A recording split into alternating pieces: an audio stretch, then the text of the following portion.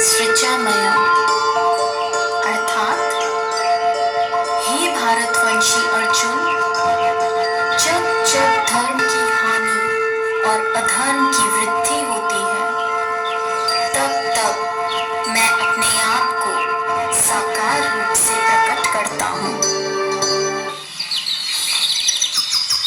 एक समय की बात है, मथुरा राज्य में उग्रसेन नाम का एक राजा था। उसने अपनी पुत्री देवकी का विवाह वासुदेव नाम के युवक से तय किया। देवकी का भाई कंस, जो कि बहुत ही क्रूर, दुष्ट और निर्दयी था, देवकी से अत्यंत प्रेम करता था। इसीलिए विवाह संपन्न होने के बाद कंस स्वयं उसको छोड़ने ससुराल गया। जब वह रथ में जा रहे थे, तब बीच रास्ते में उनको आकाशवाणी सुनाई दी।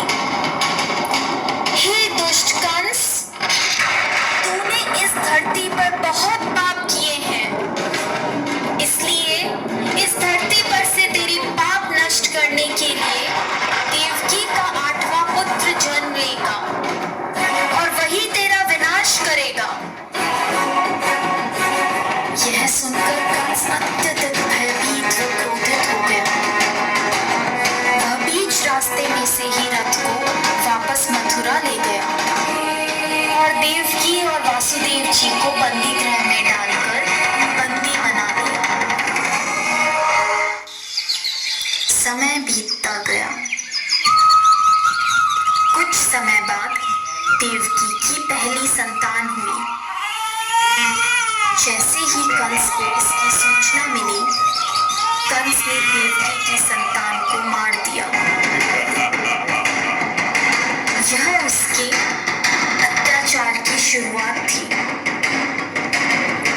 इस प्रकार कंस ने देवकी के 7 पुत्रों को उनके जन्म के तत्काल बाद ही हत्या कर दी।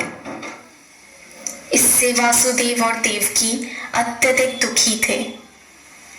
पर अंततः इस अंधकार के छटने का समय आ गया, जब भगवान ने धरती पर मानव रूप धारण करते हुए जन्म लिया। उस दिन का घोर अंधेरा था और तेज वर्षा हो रही थी। ऐसे लग्न में भगवान ने धरती पर देवकी की 8वीं संतान बनकर बालक रूप में जन्म लिया। जन्म लेते ही वहां एक दिव्य प्रकाश प्रकट हुआ और उस प्रकाश में से श्री विष्णु भगवान ने अपने पूर्ण अवतार में दर्शन दिए और वासुदेव से कहा, हे वासुदेव, मैंने इस धरती पर कंस जैसे दुष्ट और अत्याचारी मानव का विनाश करने के लिए कृष्ण अवतार में जन्म लिया है। अतः मैं आपसे विनती करता हूँ कि आपके दोस्त नंद के घर ले चलें, जहाँ उनकी पत्नी यशोदा ने बालिका को जन्म लिया है। उस बालिका को यहाँ ले आकर मुझे यशोदा के बगल में सुला दें।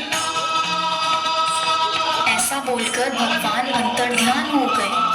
भगवान ने एक शिशु का रूप धारण किया और एक चमत्कार हुआ।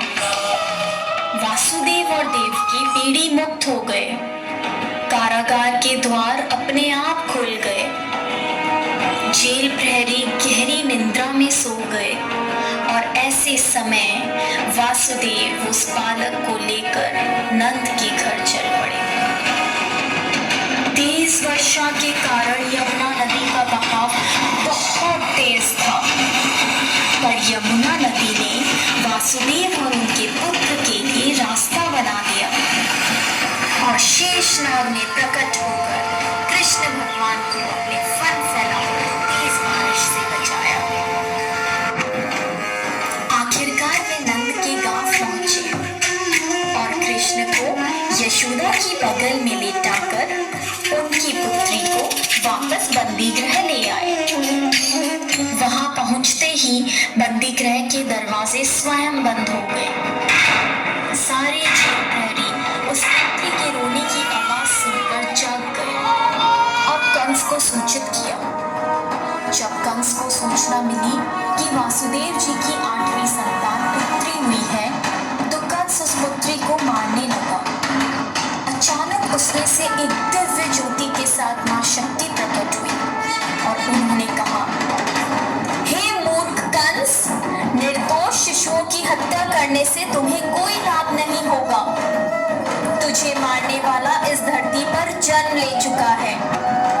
तेरा वध करने के लिए देवकी के 8वें पुत्र ने इस धरती पर जन्म ले लिया है और वही तेरा विनाश करेगा। ऐसा कहकर वह दिव्य शक्ति लुप्त हो गई। जब कृष्ण भगवान बड़े हुए, तब उन्होंने कंस का वध किया और इस प्रकार कृष्ण भगवान ने धरती पर अत्याचार व बुराई का अंत किया। इसीलिए हमेशा प्रत्येक भाद्रपद की कृष्ण पक्ष की अष्टमी को जन्माष्टमी के रूप